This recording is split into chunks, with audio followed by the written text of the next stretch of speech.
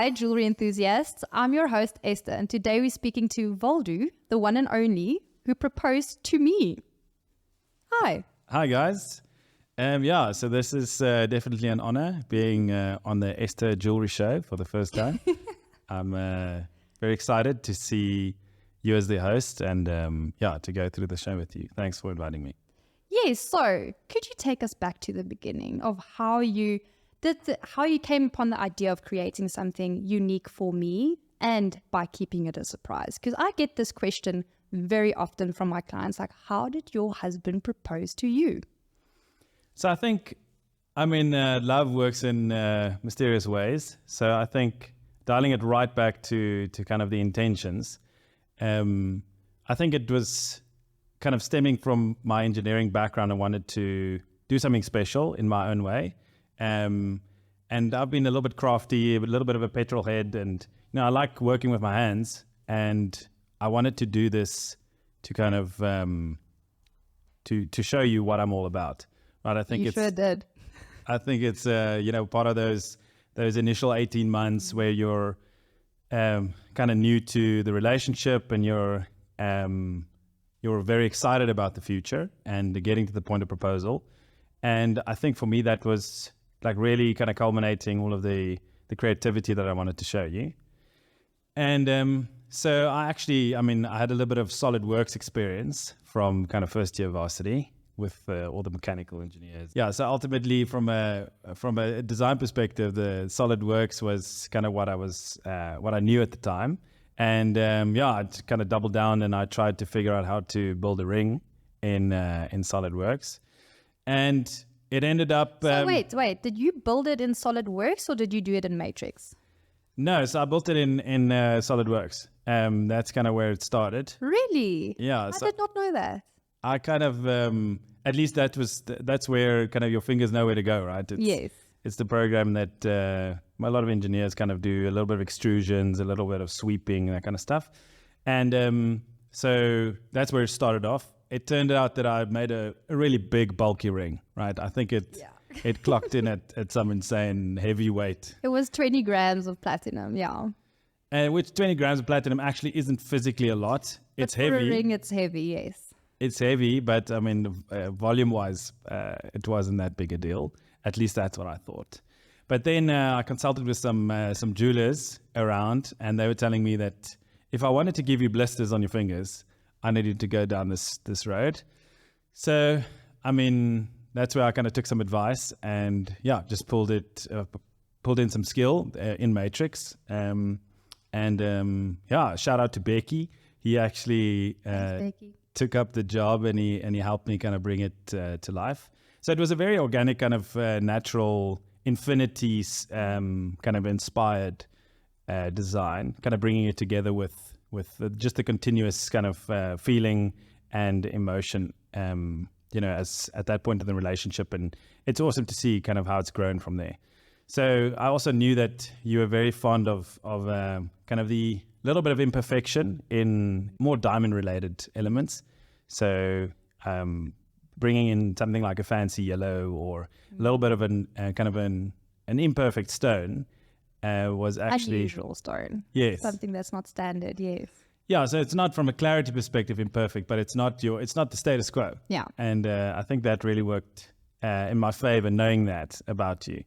And that brings you to how you selected the diamond in the first place. So, and obviously, a lot of these questions I've hadn't had a clear answer to. So I'm very excited to hear this firsthand on this podcast, to hear how did you go about the journey and how did you keep it a secret, and what supplier did you use, and what was your initial thought and approach? So, I knew nothing of jewelry. In fact, for me, jewelry was not really something I grew up with. I grew up on the farm, so it wasn't really, something that I was like, I'm going to get this big, bulky ring for my wife.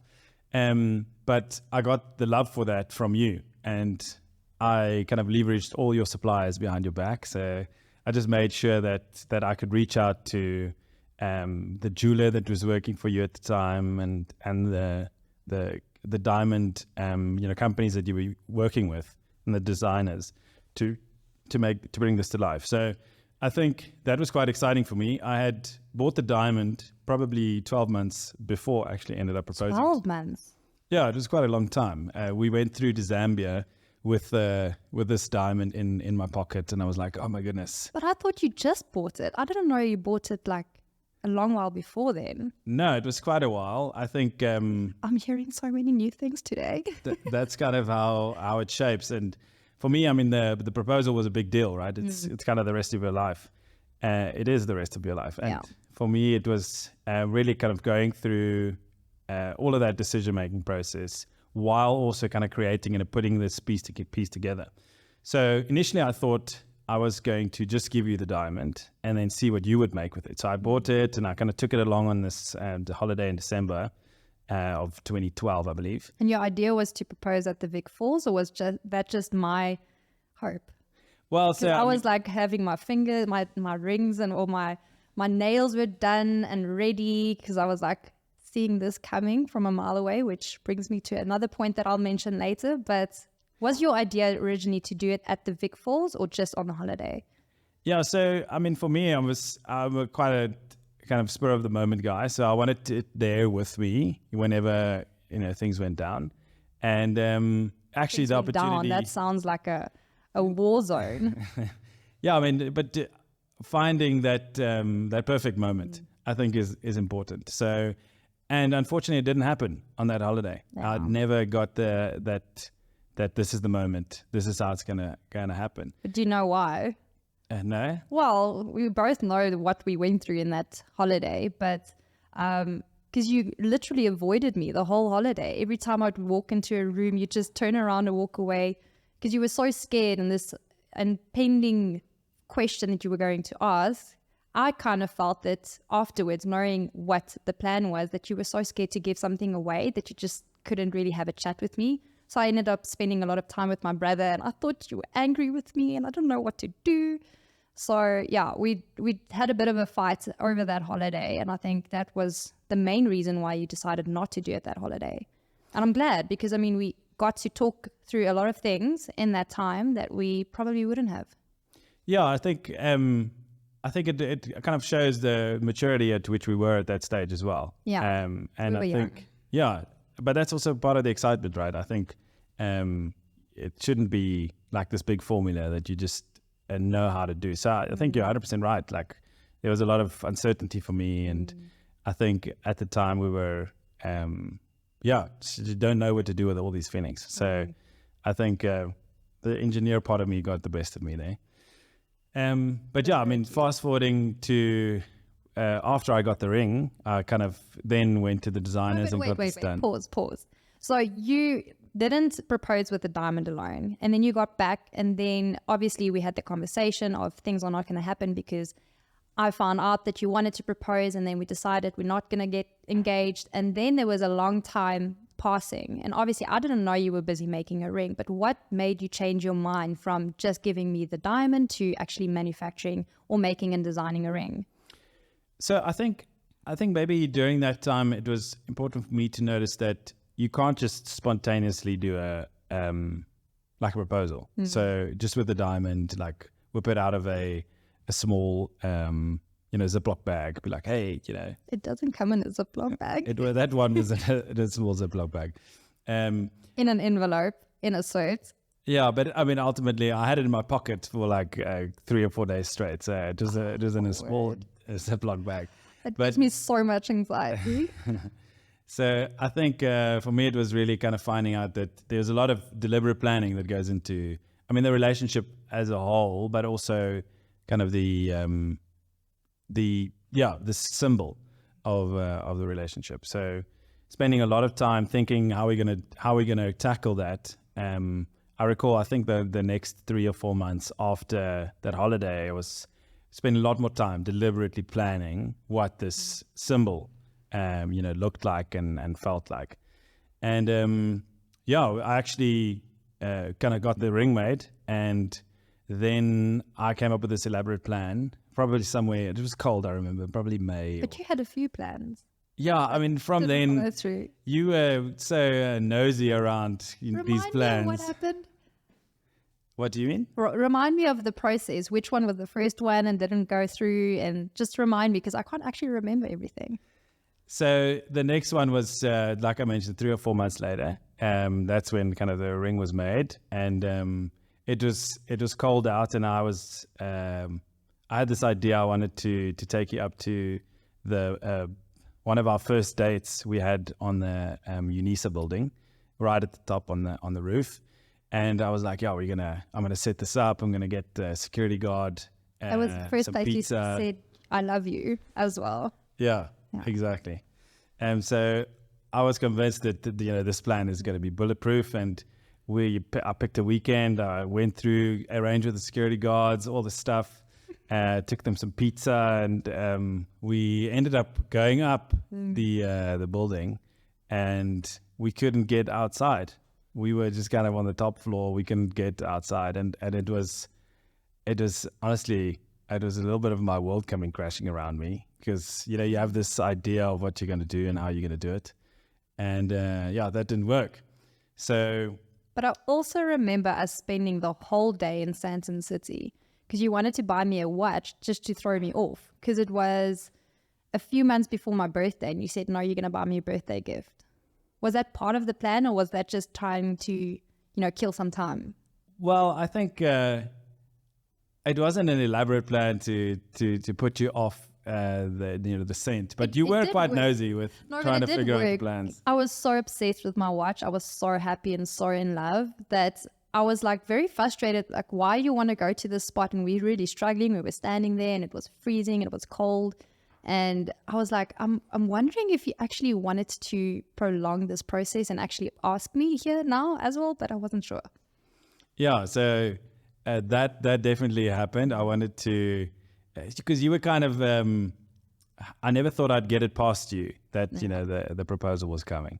And it wasn't something that we'd planned together, right? It wasn't something that I told you, hey, we're gonna do this event and you're gonna know. I wanted it to be a surprise. And just to kind of keep my slate clear, I wasn't intentionally being nosy. I just came across some things. Yeah, it is what it is. I think using all your suppliers and your designers and stuff, that it doesn't go unnoticed. I thought I'd done it. You did do a good job of it, but ultimately, I think fast forwarding to where we, it was kind of dead winter when I got out to the farm. And we'd organized a dinner table set on a little hill with a big, nice view out on the Hartbeespoort area. And so beautiful. I got some friends out. They actually set up some Chinese lanterns in the bush. And I wanted it to be kind of really special around, what the relationship. We'd gone through a lot at that point. I think, maturing as a couple is also important thing. You don't want to, at the first sign of trouble, just make yourself scarce. I think it was important for us to kind of go through that. And I recall me serving you wine on the hill. Wasn't it Glühwein? It was, I don't recall the detail. I just remember as I dropped to one knee, you literally just chucked the wine glass. You were standing there with your wine glass and you started proposing. Hands should be free. You just chucked the wine glass. I remember I was like, didn't know what to do with the glass, but I don't think I actually chucked it. So I think a lot of those big moments, you think so much about them, and you look forward to them so much that they take like a form of its own. Wow. So then our friends released these lanterns in the bush, and it had some special meaning for us. When I asked you out in probably 2 or 3 years earlier, Splashy Fen. Yeah, at Splashy Fen, we had a moment where we were laying in a haystack, and these Chinese lanterns came over, and it was, for me, that was like one of those moments where you decide this is the person you're going to spend the rest of your life with. And lo and behold, 2-3 years later, we were on this hill. I was proposing. And it was special for us also sharing that moment, bringing it, all of this time, all of this effort, all of these emotions coming together, but then also sharing that with people closest to us. Yeah, that's been such a special time. And going back to all these, it just sparks a lot of memory and emotions that we went through in that time. And obviously it's been almost a decade now. And we've been through a lot without airing our dirty laundry. There's been some tough times and there's been some really good times. And now there are 2 kids that keep us busy. And yeah, no, it's been really interesting. And it brings me to my next question. When do you think it's a good time to redo or increase the size of the centering of the diamond? Of this ring. So I mean, that's a to buy me a new one. If you ask a capitalistic guy, I mean, there's it's a tough sell. But at the same time, it's also, as people grow and as people mature, it's also, when you're young and when you're kind of thinking about getting married, you've got a certain set of realities around you, right? I was just kind of stepping out of varsity and not lots of savings, that kind of thing. But you did really good. I'm still in love with that ring so much. And so, I mean, sentimentally, those are the kind of things you want to hang on to. But at the same time, not replace, just add. But at the same time, it's also important to kind of grow and to see what you like. I know what kind of jewelry you like, and to invest in that. I think that's I think that kind of shows also some sentimental moments through our lives, as the 2 boys have joined us, and some other really special moments that we want to hang on to, and they're kind of embodied in some of these pieces. So it's definitely been a ride. That brings me to my last question. Would there be any advice that you would give a guy wanting to propose and keep a secret to his girlfriend? And what would that advice be? Well, if I rewind 10 years, the advice I would give myself buying this ring, I would rather buy Bitcoin, but that's just me and, water under the bridge. But ultimately, at the same time, it's kind of these moments pass, and there's so many special memories that are with us in these jewelry items. And I don't necessarily believe in kind of too high value with these pieces, but it's really about what they make you feel and what they make you see in them. That's what's special for me. Is it's like having a watch collection. You're not going to wear the same watch every day. And we've had this conversation. I think value isn't necessarily a set number. It's more about what you are willing to commit to, and it has to have value in order for it to actually mean something, but that doesn't necessarily translate to a specific amount. Yeah, that's correct. It's priceless. It's priceless. But thank you so much for being here. I'm hoping that we can have you here again so we can have a further chat about all these things I don't know about. But I hope you have an awesome day. Thank you. My lovely wife. My lovely husband. See you tonight. Cheers. You have the kids. Bye.